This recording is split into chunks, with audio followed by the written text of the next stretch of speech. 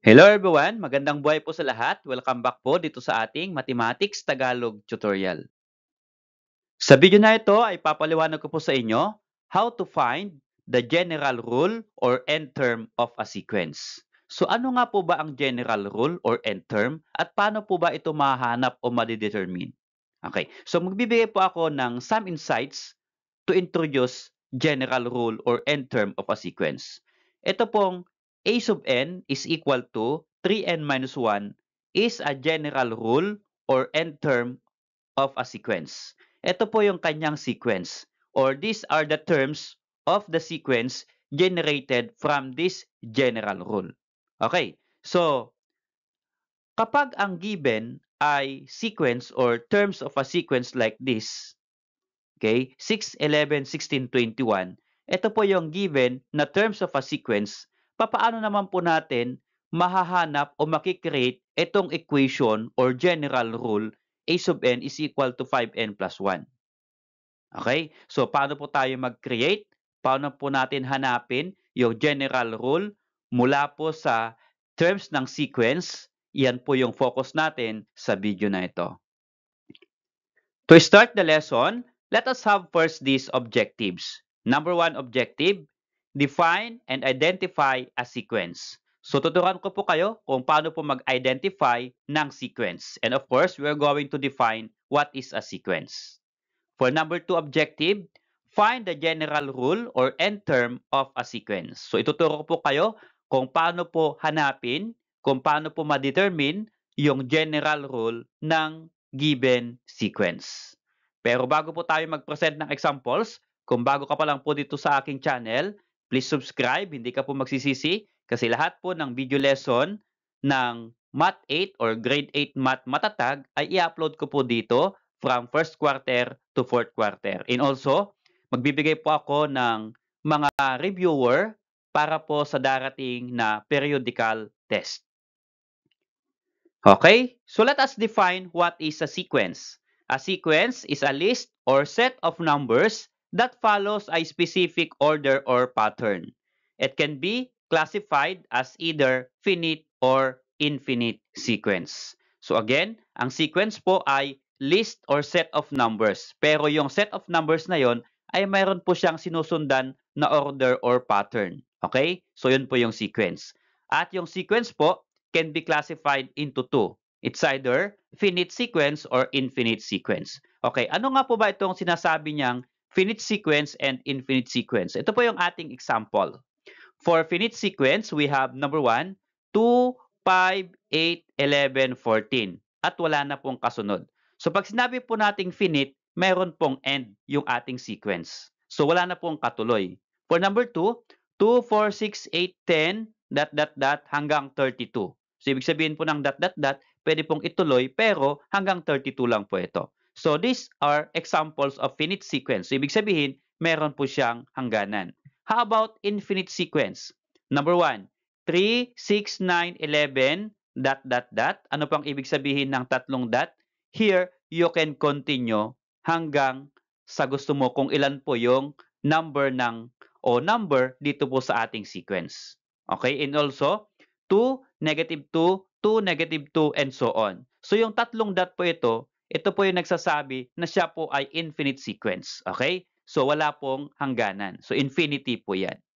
Okay, so yun po yung ibig sabihin ng finite at infinite sequence. Okay, so how about yung nabanggit po natin na general rule or end term of a sequence? Ano nga po bang ibig sabihin ng general rule or end term?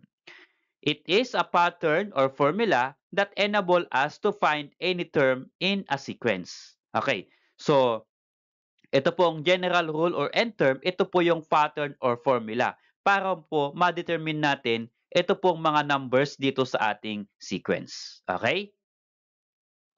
Let us have an illustration of the relationship of the general rule or end term with the terms or numbers of a sequence. Ito po yung ating general rule and this is our numbers or terms of a sequence. So the general rule is that a sub n is equal to n plus 2. And the terms of this sequence are 3, 4, 5, 6, and so on. Okay, so try po natin, ano po yung ibig sabihin niyan? Ano po yung relationship ng dalawa ng general rule at terms of a sequence? Ito po yon.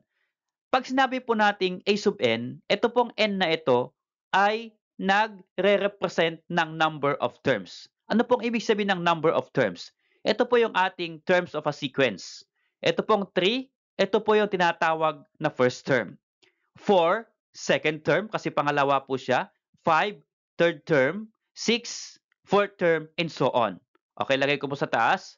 First term, second term, third term, fourth term, and so on.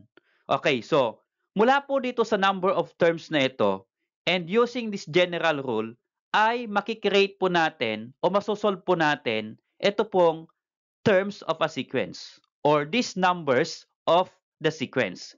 Start po natin, try po natin sa first term. A sub n is equal to n plus 2. This is the general rule. At gawin po natin o i-compute po natin yung first term. Ang first term po natin, dapat makompute po natin ay 3 mula po dito sa general rule. Okay. So since ito po ay first term, kaya yung n po ay 1. So a sub n, so a sub 1 is equal to n plus 2. N is 1, kaya 1 plus 2. And 1 plus 2, that is equal to 3. So ano po yung first term natin? Is it equal to 3? Yes, 3 po yung first term natin. Okay, nakuha po natin yung first term is 3 mula po dito sa general rule. Okay, try po natin yung second term. The second term is 4. Okay? Substitute po natin sa a sub n. Yung n po gawin po nating 2 kasi second term. So a sub 2 is equal to n plus 2. So n is 2, 2 plus 2. What is 2 plus 2? That is equal to 4. Is 4 the second term of the sequence? Yes, yung 4 po ay second term. Okay, last one, para illustrate po natin. Try po natin yung third term. Ang third term is 5. Okay? Using the general rule, a sub n is equal to n plus 2.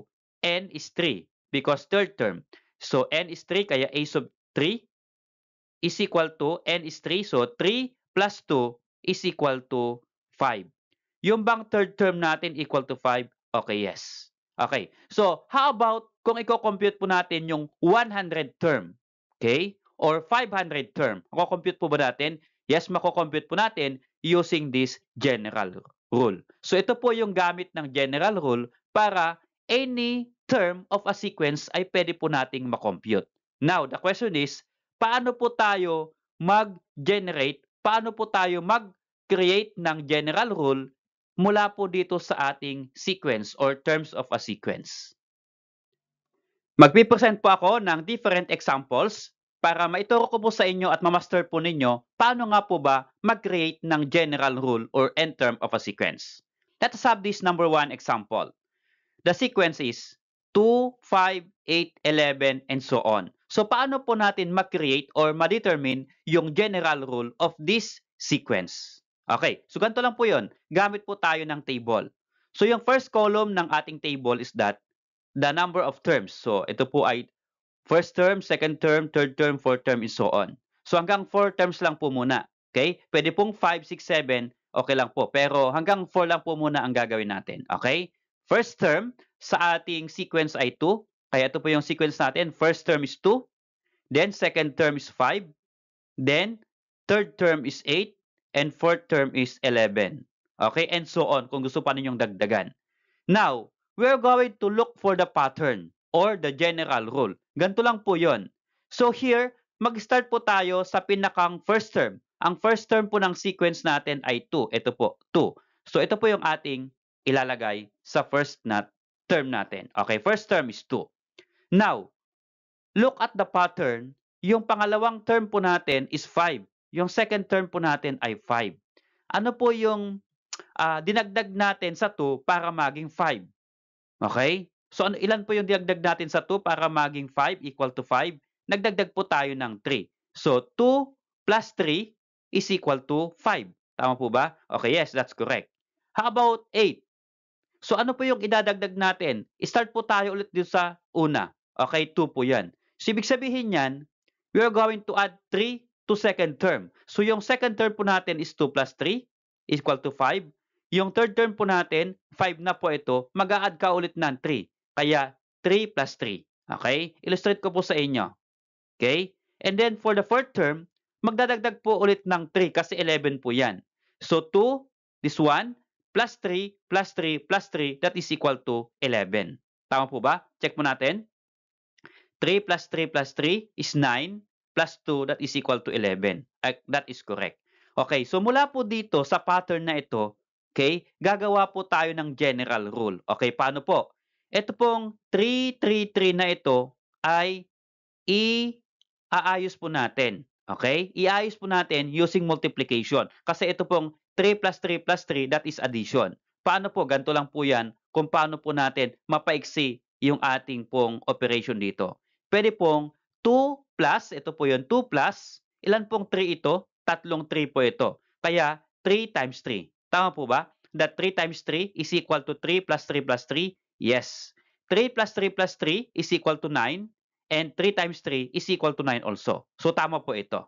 Okay? How about ito pong third term natin? 2 plus 3 plus 3. Ilang po 3 ito? Dalawa po. Kaya 2 plus 3 times 2. So, dalawang 3 po yan. And sa second term po natin ay 2 plus 3. Ilang 3 po ito? 1. Okay? So, this will become 2 plus 3 times 1. Isang 3 lang po. How about this first term? 2. Ilang 3 po mayroon tayo dito? Wala pong 3 dito. So, ibig sabihin, we are going to write 2 plus 3 times 0. Okay, 3 pa rin po yung basis natin kasi 3 po ito, pero i-multiply natin ng 0. So, 3 times 0 is 0. Then plus 2, that is equal to 2. Tama po ba? Okay, yun po yun. So, notice here, dapat yung first number natin dito ay 2. Ito po yung first term ng sequence natin, 2. And then, yung 3 po, stay put po yung 3. Okay, stay put po yung 3. And then ang magbabago po ay kung ilan po yung inad natin. So again, ito po ay tatlong 3 kaya times 3, dalawang 3 kaya times 2, isang 3 kaya times 1, wala po kaya times 0. Yung 3 times 0. Okay, so mula po dito sa pattern na ito po yung pag-create ng general rule. Okay, so here, ang gagawin lang po natin dito ay a sub n.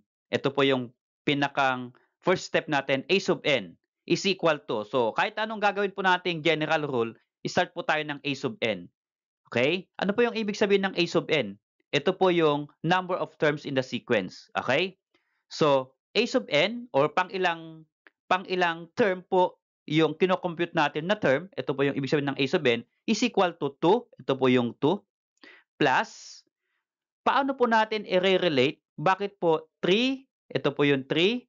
Ito lang po yung babaguhin natin. Kasi notice here sa ating pattern, pare-pareho pong 2, pare-parehong 3. So ito po yung 2 and 3. Ngayon, dito po tayo mag-change kasi may changes po ito. 0, 1, 2, 3. Okay, so here, i-relate po natin itong 1, 2, 0, 1, 2, 3 na ito dun po sa number of terms. Kasi yung n po is number of terms. Okay, unahin po natin dito sa fourth term. Fourth term po ito kasi ang number of terms is 4 at ito po ay 3. So ano ang gagawin mo sa number of term dun sa 3? Okay, so 4 minus 3, that is equal to 1. Okay, kaya ibig sabihin, yung n po ay magsusubtract po tayo ng 1 always. Okay, para hindi po kayo malito, dito po tayo sa my first term. Okay, ano po yung ima-minus natin sa 1 kasi first term para po maging 0? Okay, meron po ba tayong ima-minus doon sa 1 para maging 0? Yes po, meron. Ang minus po natin ay 1. So that, ang number of term po niya ay 1. Ito po yung n. Number of term is 1. 1 minus 1 is equal to 0. Okay, tama po ba? How about 2? 2 minus 1. What is 2 minus 1? Is that equal to 1? Yes. How about sa third term? 3. 3 minus 1. What is 3 minus 1 is equal to 2? Yes. So yun po yung ibig sabihin ng n minus 1. Nire-represent po niya ito pong 0, 1, 2, 3 compare po dito sa terms or number of terms. Okay. So mula po dito ay isi-simplify po natin ito para maging general rule. So pwede po kasing itong i-simplify. So here, we are going to remove the parenthesis. So 2 plus, to remove the parenthesis, we are going to multiply 3 times n minus 1. So ito po ay distributive property. So lagay ko po, we can use 3 times n and 3 times 1. Okay? Yun po yung distributive property. So 3 times n is equal to 3n. Then minus kasi minus po sila. 3 times 1 that is equal to 3. And then we have here 2 and minus 3. Pwede po nating i-combine kasi pareho po silang term or they are like terms. Okay. So unahin ko po yung 3n. So 3n dito ko po and then minus 3. And then ito pong 2 ay positive. Pag lagay po natin sa dulo, ito po ay plus 2 kasi positive po siya. Okay. So here, 3n and minus 3 plus 2. What is negative 3 plus 2? That is equal to negative 1 or that will become minus 1. Okay. So our general rule is 3n minus 1. Hindi na po natin pwedeng i-simplify ito. Ito na po yung kanyang simplified form. Okay. So here, our general rule is a sub n is equal to 3n minus 1. So, kung gusto po niyong i-check, kung tingnan po natin kung tama yung general rule natin, pwede naman po. Okay, let's try to check. Okay, here, below. Check po natin dito sa baba. Okay, so, yung first term lang po ang i-check po natin. First term ay a sub 1. Ito po yung first term. Ang first term po natin ay 2. Dapat mapalabas po natin dito sa ating general rule ay 2. So, here, a sub 1 is equal to 3. Constant po itong 3, hindi po magbabago yan. 3n means 3 times n. Ang n po natin ay 1, so 3 times 1, and then bring down minus 1 here. So, multiplication first before subtraction. So, 3 times 1 is equal to 3, and then bring down 1, and 3 minus 1, that is equal to 2. So, a sub 1 is equal to 2, or the first term is equal to 2. Tama po bang 2 yung first term natin? Yes, tama po. Okay, so therefore, yung na-create po natin na general rule is correct. Okay, so how about this number 2 example? We have 20, 10, 0, negative 10, and so on. So notice here sa ating pong sequence, pababa po yung sequence. Kanina po sa number 1, papataas yung sequence. Now, paano po natin mag-create yung general rule? Okay? The same process, gawa po tayo ng table. So yung first column po sa table, ito po yung terms. First term, second term, third term, fourth term. Okay? At yung second column po natin ay yung sequence po natin. Ang first term natin is 20, kaya 20. Second term is 10. Then, ang third term po natin ay 0. And fourth term po natin ay negative 10. So, ito po yung ating sequence. Now, kikreate po tayo ng pattern. Always, again, mag-start po tayo sa pinakang first term. So, ang first term po natin ay 20. So, lagay po natin dito 20. Okay. Now, ang next term po natin ay 10. So, ano po yung relationship nung first term na 20 dun sa 10 na second term? Ano po yung ginawa sa 20 para maging 10? Nag-subtract po ng 10. So that 20 minus 10 is equal to 10. Tama po ba? Okay, yes. So here, pwede po nating ilagay 20 plus negative 10. So pwede po ang plus, pwede naman po yung minus na direkta. Pero mas maganda po, gumamit po ako ng plus. Ano po? So, 20 plus negative 10. Okay? Here, how about sa third term?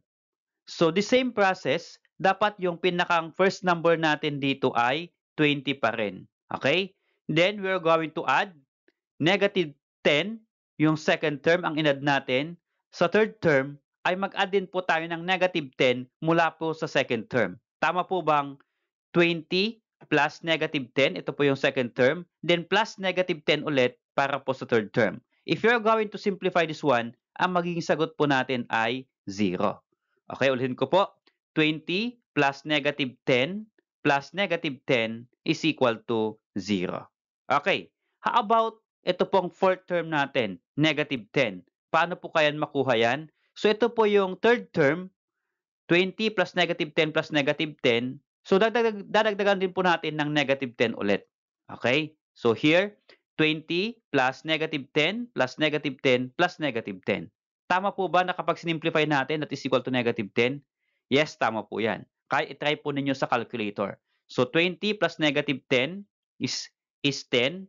10 plus negative 10 is 0. And 0 plus negative 10 is equal to negative 10. Ito po yung lalabas. Okay, here, gagawa po tayo ng pattern. I-shorten po natin itong pattern po natin. Okay, unahin po natin dito sa pinakang baba. So here, nag-add po tayo ng tatlong negative 10. Kaya kapag i-short natin, ko-compress po natin yan using multiplication, this will become 20 plus negative 10 times 3. Kasi tatlo pong negative 10. Okay? So, negative 10 times 3. Okay, how about third term po natin? Dalawa po yung negative 10. So, this become still 20 plus negative 10 times 2. Kasi dalawa po yung negative 10. And then sa second term, isa lang po yung negative 1. Negative 10, kaya 20 plus negative 10 times 1. How about sa first term? Wala pong negative 10. So, kapag wala pong negative 10, then, i-multiply po natin yan sa 0 kasi wala pong negative 10. So that negative 10 times 0 is equal to 0. And 0 plus 20, that is equal to 20 here. Okay. So here, again, notice yung 20, yan lang po yan, pare-pareho. Then plus negative 10. And then, ang may changes lang po ay ito po yung 0, 1, 2, and 3. So, the same process, ito po yung gagawin natin. Always start po sa a sub n para makapag-rate po tayo. So, a sub n is equal to 20 plus negative 10. Ito po yun, 20 plus negative 10. And then, dito po, sa n minus 1, makikreate po tayo ng it's either subtraction, multiplication, or addition na ang lalabas ay equal to 0. Okay, compare po natin sa term. Okay, so ano po yung ima-minus natin sa 1 para maging 0? Ang ima-minus po natin sa 1 para maging 0 dito ay 1. Kaya still n minus 1. So n minus 1, if n is 1, 1 minus 1 is 0. First term is 0. How about ito pong 4? Ang term po natin, our number of term po natin ay 4. 4 minus 1, that is equal to 3. Ito po yung 3. How about third term? 3 minus 1, that is equal to 2. Tama po bang 2 yan? Yes. And then sa second term, 2 minus 1 is equal to 1. And that is times 1. Okay. So ito po yung ating general rule. So pwede na pong general rule ito, pero pwede pong mas i-simplify po natin or i-compress po natin yung ating general rule. Okay, paano po? Again, ito pong negative 10 times n minus 1, pwede pong i-simplify using distributive property. Okay? So ito po ay multiplication again ng monomial by a binomial. So 20 plus negative 10 times n is negative 10n. And then negative 10 times negative 1 is equal to positive 10. Kaya plus 10 po ito. Okay, again, negative 10 at negative 1 kasi minus 1. So negative times negative is positive. So 10 times 1 is 10. Kaya plus 10 po yan. Okay, notice here, we can combine 20 and 10. So pareho pong positive. If you're going to combine, that will become positive also. So unahin ko po yung negative 10n. Ito po yung negative 10n.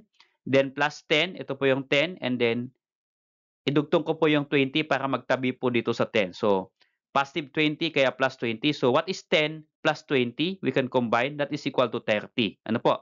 So, here, negative 10n, this one, plus 30. So, can you simplify negative 10n plus 30? Hindi na po pwedeng simplify. Kaya pwede na po itong maging general rule. Okay? So, the general rule is a sub n is equal to negative 10n plus 30. Okay? So, yun po yung general rule ng Okay? So, how about this number 3 example? We have 4, 12, 36, 108, and so on. Okay? Pag-aaralan po natin yung ating sequence. So, 4, naging 12, then naging 36. Kapag nag-plus po tayo ng number dito, 4, anong i-add po natin para maging 12? That is 8. 4 plus 8 is 12. Now, what is 12 plus 8? Tingnan po natin. Is 12 plus 8 equal to 36? Hindi po. Kasi 12 plus 8 is equal to 30 or 20 rather. So, hindi po 36. So, ano po kaya yung pattern nito? Ano po yung ginawa para makuha po yung next term o yung kasunod na term? So, here, try po natin. 4 times 3, multiplication po kung ayaw po ng addition. 4 times 3, that is equal to 12. Now, 12 times 3, is it equal to 36? Yes. How about 36 times 3? Is it equal to 108? Yes. So, ibig sabihin, ang ginawa po dito ay multiplication, hindi po addition. Okay. So, paano po gawan yan ng general rule? Ganito lang po yon. Again, sa ating pong table, ito po yung first column, term, first term, second, third, fourth. Ang second, Ang second column po natin ay yung sequence. So 4, 12, 36, 108. So 4, 12, 36, 108. Okay, ito po yung kanyang pattern. Since ito po ay multiplication, okay, para makuha yung next term, always start po tayo sa first term, okay, 4.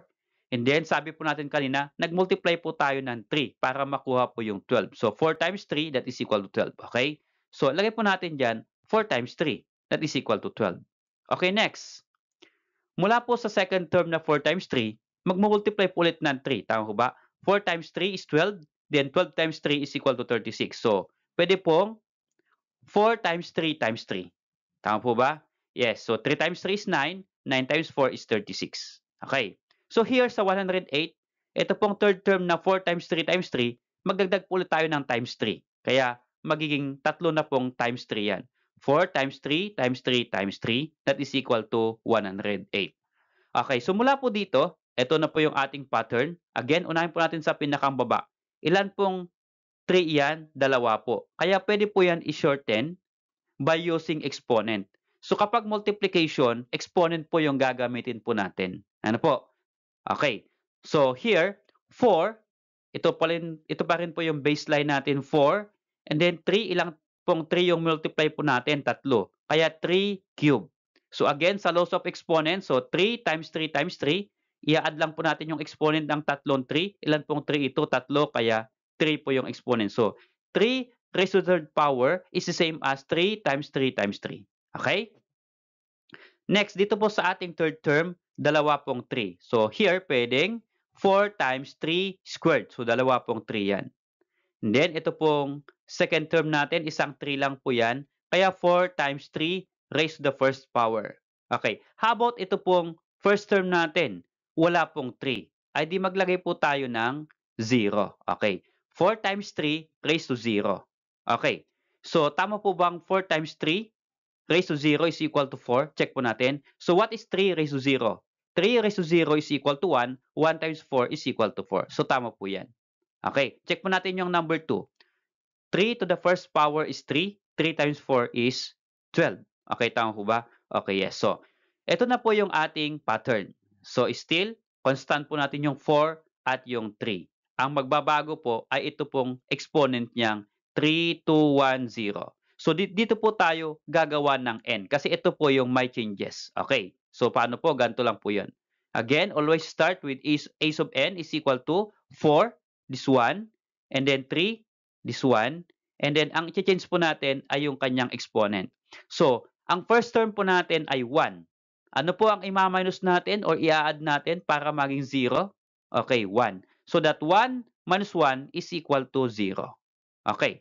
So, n minus 1. First term, 1. 1 minus 1 is 0. How about second term? Ang second term po natin, ang exponent ay 1. So, second term, n minus 1 is equal to 1. Third term, 3.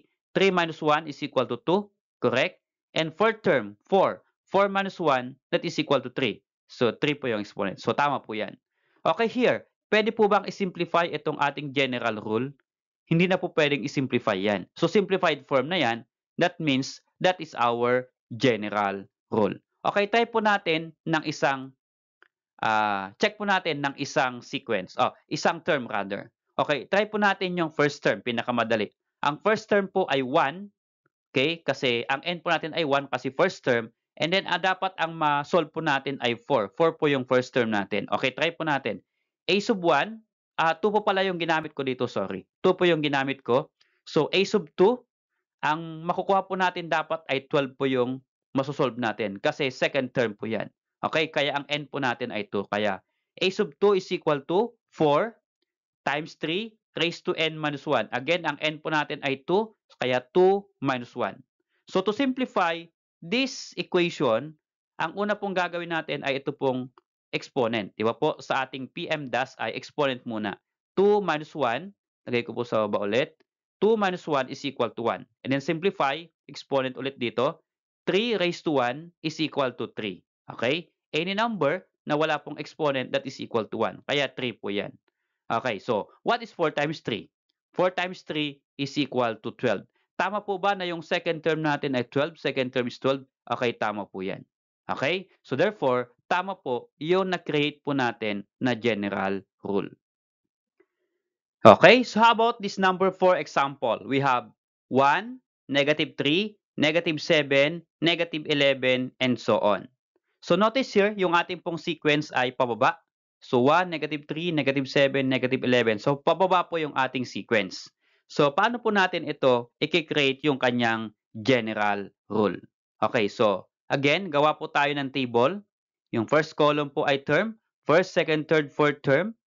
Second column po ay sequence. Yung first term po natin ay 1. Second term po natin ay -3. Third term ay -7. At fourth term po ay -11. Okay. So mag-start po tayo sa first term sa sequence. Ito po ay 1. Lagay po natin dito 1. Okay. So, ang next term po niya ay -7. So, ano po yung ginawa sa 1? Dinagdag sa 1 o minus sa 1 para ito po ay maging -3. Okay. So, ano po yung inad yan?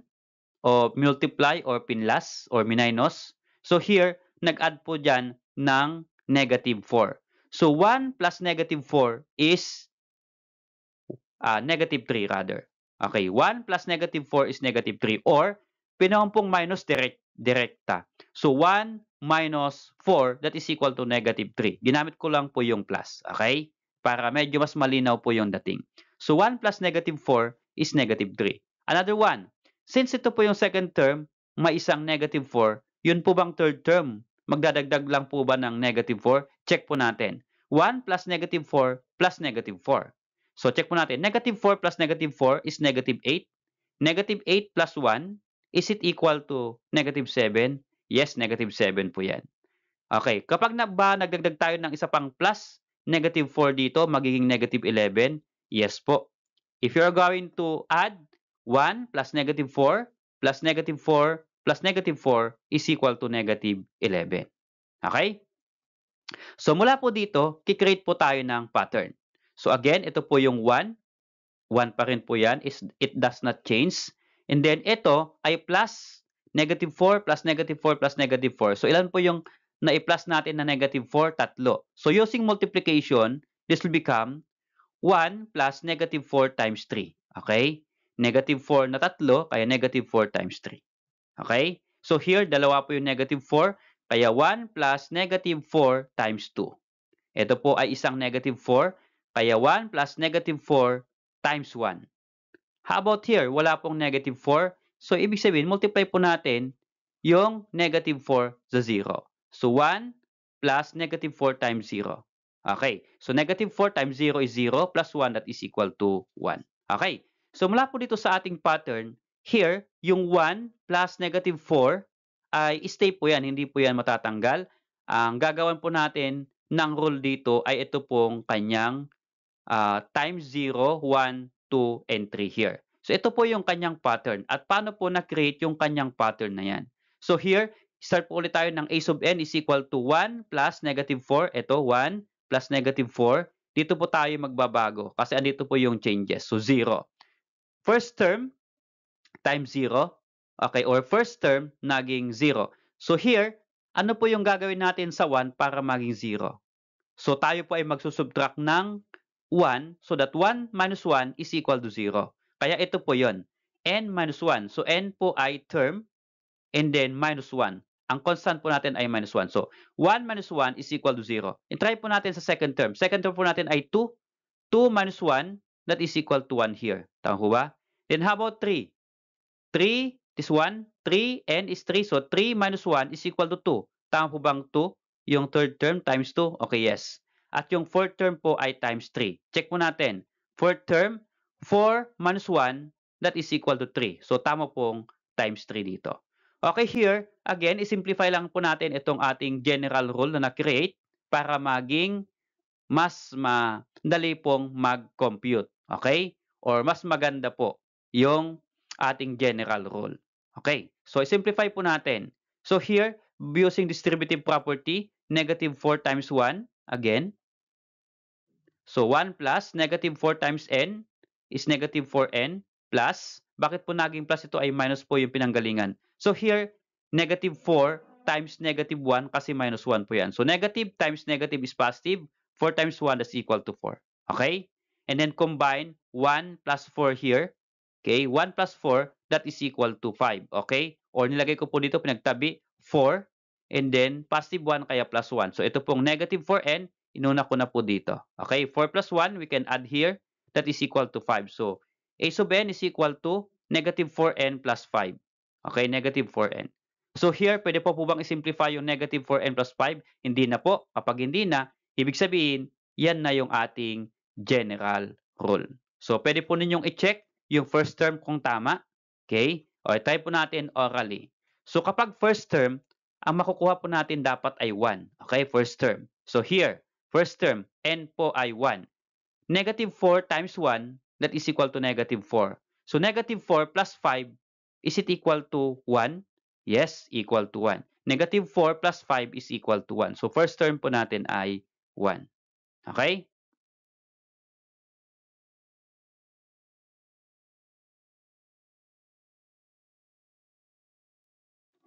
Okay, so tignan po natin kung naintindihan ninyo yung lesson. Try to answer our activity. Find the general rule of the following sequence. We have number 1, number 2, and number 5 or number 3 sequence. So, pwede po ninyong i-post yung video na ito and then try to answer. So, kapag meron po kayong sagot, baka pwede naman pong pakishare by writing it in the comment section. So, check po natin kung tama po yung inyong sagot.